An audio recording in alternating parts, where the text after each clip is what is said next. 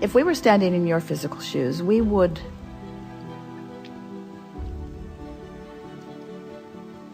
decide to be lazy. We're reaching for the perfect word. We would decide to be lazy for a little while. Because in your giving yourself permission to be lazy, you're giving yourself permission to allow your grid to fill in with everything that you've already chosen and put into your vortex. The word lazy has an unpleasant connotation, doesn't it? Because it's humans measuring themselves against other humans based upon a flawed premise. And the flawed premise is, the more you do, the more you're worth. And that is the most flawed of all flawed premises. I'd like to give you the premise that is at the basis of your universe. The better you feel, the more you allow. You could not be more deserving. You came as deserving beings into this time-space reality with powerful and clear intent. You've been mixing it up with others and defining what's important, not only to you personally, but important to you on behalf of others. You've included in your vortex the well-being of many others. In some cases, mass consciousness. In some cases, a community. In some cases, a family. But you've included in your vortex a desire for the well-being of far more than your personal self.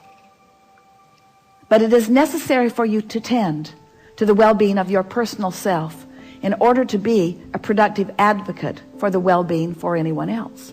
In other words, you cannot give, or you cannot extend, or you cannot punctuate, or you cannot accentuate, you cannot assist anything that you are not already feeling. Which means, if you are wanting in an altruistic way to be of advantage to everyone you know, you first have got to find a way to be of advantage to yourself. Which means you want to carve out more time to be nicer to yourself. More private time. More time under the bridge. More time where others are not telling you what to do. More time when you are satisfying your own personal intention for things.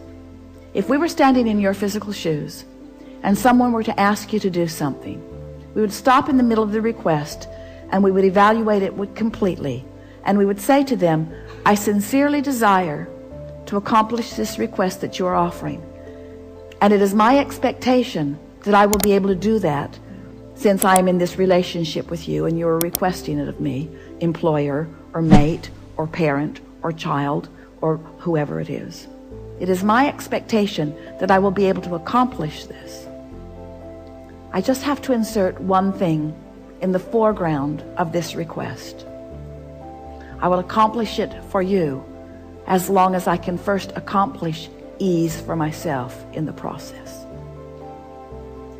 I really want you to ponder that a little bit. Esther, on one of the earlier cruises, made sure that everyone received an easy button from Staples. Everyone got one. And Esther found a box of them in the attic the other day, and she spread them all around her house because she wants to amplify the ease of things, not the hardness. She wants to no longer justify the well-being that flows to her by pointing out how hard she's working in relationship to others. She wants to emphasize the well-being that's flowing to her by remembering the vibrational alignment that she is achieving. If we were standing in your physical shoes, we would do these things every day and then anything else that you have time for. We would meditate for 15 minutes every day, which means we would quiet our mind with the simple intention of allowing our cork to float. We would go outside no matter what the weather, and we'd move around in it in appreciation of this planet. We would look up and around, and we would find things to acknowledge, and we would talk about them right out loud. Esther walks through her gardens and says to everything, you are my favorite. You are my favorite. You are my favorite. You are my favorite. You are my favorite stone on the pathway. You are my favorite bird in the tree. You are my favorite flower in bloom. You are my favorite flower not in bloom. You are my favorite tree. You are my favorite bush. You are my favorite frog. You are my favorite frog. You kept me awake all night, but you are still my favorite frog. In other words,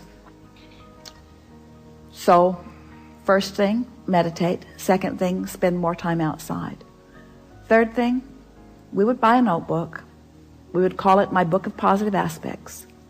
And we would fill at least 3, 4, 5 is even better, pages of positive aspects. 5 different subjects, and write the positive aspects of it. Training your vibration into that upward place. And then there is one last thing that if we were standing in your physical shoes, we would do every single day.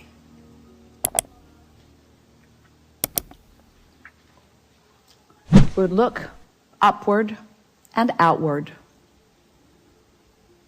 It's best if you do it outside or standing at a window. And we would acknowledge that there are universal forces that are focused right at you. We would acknowledge by calling it by name, if you have a name that you like. And we would say, I acknowledge that I am the object of your positive attention, and I'm appreciating your continual gaze on behalf of my well-being. And today, no matter where I am, no matter where I am going, no matter what I am doing, and no matter who I am doing it with, I will be in conscious awareness that you too are there with me, appreciating me, supporting me,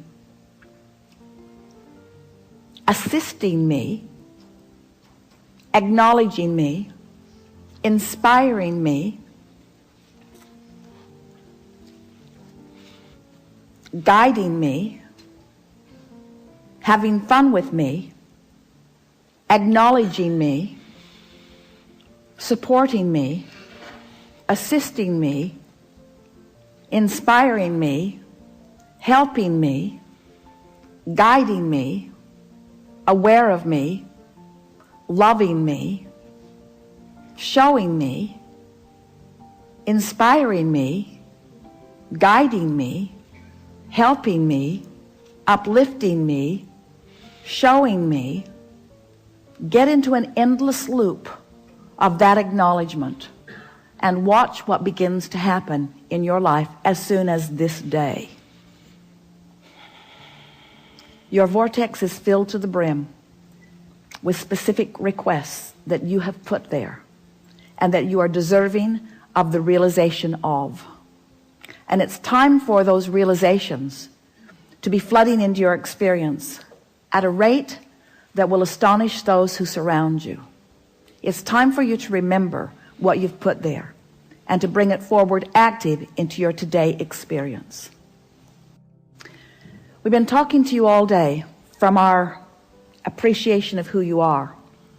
But even as we express it from our powerful point of knowing, we know that you don't yet know who you are.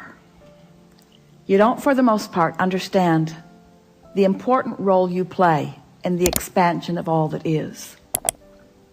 We stand as the beneficiaries of all of the vortices that you have accomplished, and we revel in them. But it is our powerful desire that you now, here in your physical bodies, allow yourselves to be the recipients of the physical manifestation of those things that you have put there. Because that was the plan.